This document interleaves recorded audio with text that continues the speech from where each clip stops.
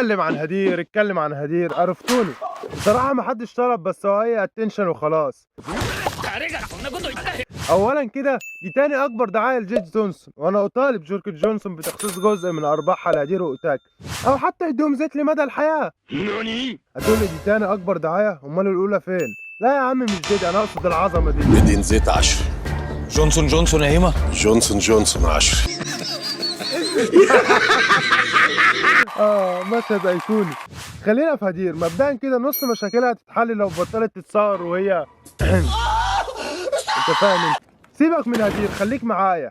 لا يا عم مش هقصد انها تسرب لي حاجه قريب، ممكن يحصل لو القناه فشلت. المهم انت بتتفرج على الفيديو عادي، هتشيل ذنب نفسك، بس ليه بتنشره؟ وليه بتنزل عليه ميم؟ وليه الدقيقه ب 200 جنيه؟ ليه يا عم؟ كانت بيلي ايليش، حرام عليك، ما في كل حته ب 92 ونص. والاوسخ من كده كل ما البنزين يغلى ناس تزعل. انزل يا ابني في فيديو الفنانه خلى الناس تتبسط. الشعب الرياله تنزل من بقه ويجري يشتري الدقيقه ب 200 جنيه مع ان في كل حته ب 92 ونص.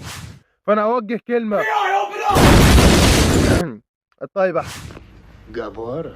القدوة الجيار. هل فعلا البتنجان خد البرجر في حتة تانية؟ زيك زي الكوان. كلكم وتجدكم لوحده تاني. لك كلمتين، كلنا هدير عبد الرازق.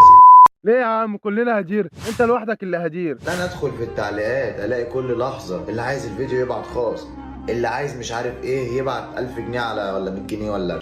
شفت حتى اوتاكا مستغل الفيديو. 200 جنيه كتير. وهنا الدرس، ما تبقاش فيك العبر وتطلع تعمل فيها السهرة الشريفة.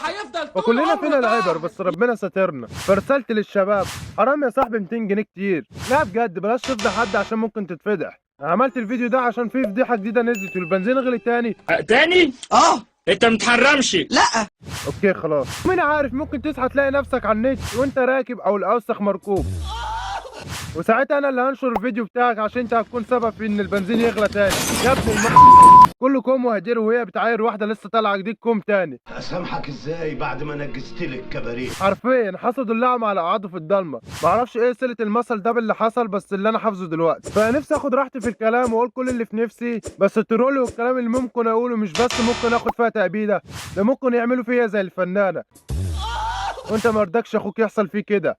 صحيح انا قررت اغير اسم القناه من عش المنهى الى اسم روش جديد كده وكريتيف. بعد تفكير كتير ده 5 دقايق كده قررت اسميها العشماوي. ده فعلا اللقب الحقيقي. بما اني وصلت لل1000 فانا كنت هعمل جيف اواي، بس في واحد محترم شال الاشتراك، رجعت 999 تاني. فاحب اوجه له كلمه واحده بس او 10 كلمات. شلت الاشتراك ليه؟ في الاخر ربنا يسامحك يا عم. حط اشتراك عشان الفيديو الجاي هيكون عن انت كيوت والله، بس مش نوعي المفضل في البنات.